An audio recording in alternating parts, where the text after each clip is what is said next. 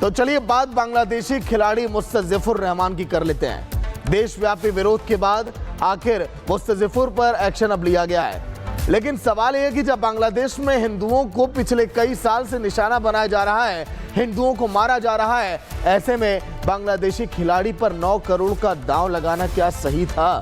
देखिए आप।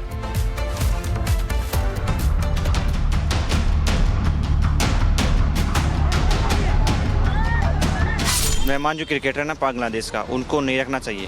बहुत अच्छा कहा विशेष, बहुत अच्छा कहा।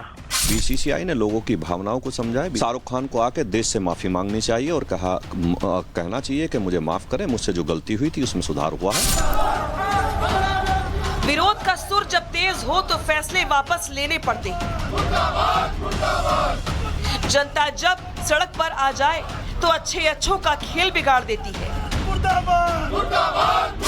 बांग्लादेश में हिंदुओं के साथ जो हो रहा है वो अब किसी से छिपा नहीं है, लेकिन बावजूद हिंदुओं के नरसंहार के, हिंदुओं की चिताओं पर बांग्लादेशी खिलाड़ियों के लिए रेड कारपेट बिछाने की कोशिश करने वालों को तगड़ा झटका लगा है।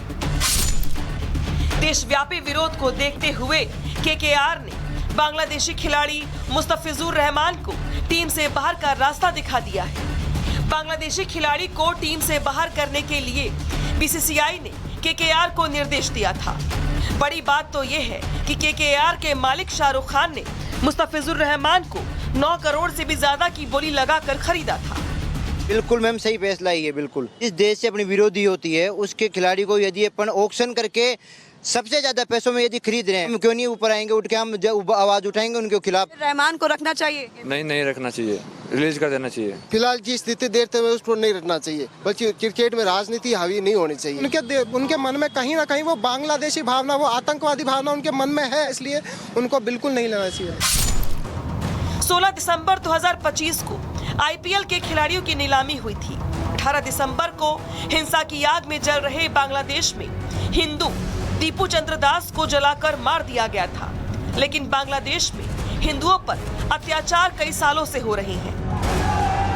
ऐसे में सवाल ये है कि जब बांग्लादेश में हिंदुओं को निशाना बनाया जा रहा था, तब बांग्लादेशी खिलाड़ियों को क्यों खरीदा गया और बिना विरोध के चिंगारी के रहमान को अब से पहले टीम से बाहर करने के लिए केकेआर ने क्यों नहीं सोचा? बीसीसीआई ने लोगों की भावनाओं को समझा है। बीसीसीआई ने, भारत सरकार ने देश के सैकड़ों करोड़ हिंदुओं की भावनाओं को समझते हुए ये निर्णय लिया और बीसीसीआई ने बिल्कुल सही समय पर निर्णय लिया है। शाहरुख खान को आके देश से माफी मांगनी चाहिए और कहना चाहिए कि मुझे माफ करें, मुझसे जो गलती हुई थी उसमें सुधार हुआ है। जो बांग्लादेशी की पूर्व प्रधानमंत्री दिल्ली में है, भारतीय जनता पार्टी उस पर विचार करे कि एक तरफ कहते हैं कि बांग्लादेशियों को रुकने नहीं देना है और उनकी पूर्व प्रधानमंत्री को जो है दिल्ली में रखा हुआ है। ये सिर्फ चुनाव में लोगों को मुद्दों से बहकाने के लिए ये सारी मुद्दे भारतीय जनता पार्टी लाती है। आईपीएल हर सीजन में लगभग 650 करोड़ से 700 करोड़ का रेवेन्यू जनरेट करती है। इसमें से टीम के संचालन, खिलाड़ियों की सैलरी और अन्य खर्चों को काटकर केकेआर को 150 करोड़ से 170 करोड़ के बीच मुनाफा भी होता है। लेकिन सवाल ये है कि क्या करोड़ों का ये मुनाफा देश की भावनाओं से बड़ा है? बहुत अच्छा कहा विशेष, बहुत अच्छा कहा। और शाहरुख खान कब देश का हित ऐसी रहा है? उसकी पत्नियां स्वयं कहती रहीं कि भारत में घुटन होती है, न उसका कोई व्यक्तित्व है न अस्तित्व। इसमें शाहरुख खान की कोई गलती नहीं है। जब बीसीसीआई की तरफ से उसको ये अनुमति थी कि वो खरीदे तो उसने खरीद लिया। ये इस तरह की बकवास करना कि शाहरुख खान गद्दार है, शाहरुख खान ये है, मुसलमान था इसलिए गद्दार कह दिया। अगर कोई हिंदू एक्टर होता उसको गद्दार बोल के दिखाते।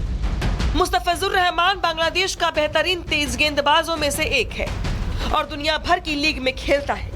2016 से मुस्तफिजुर रहमान आईपीएल का हिस्सा है, लेकिन अब हालात अलग है।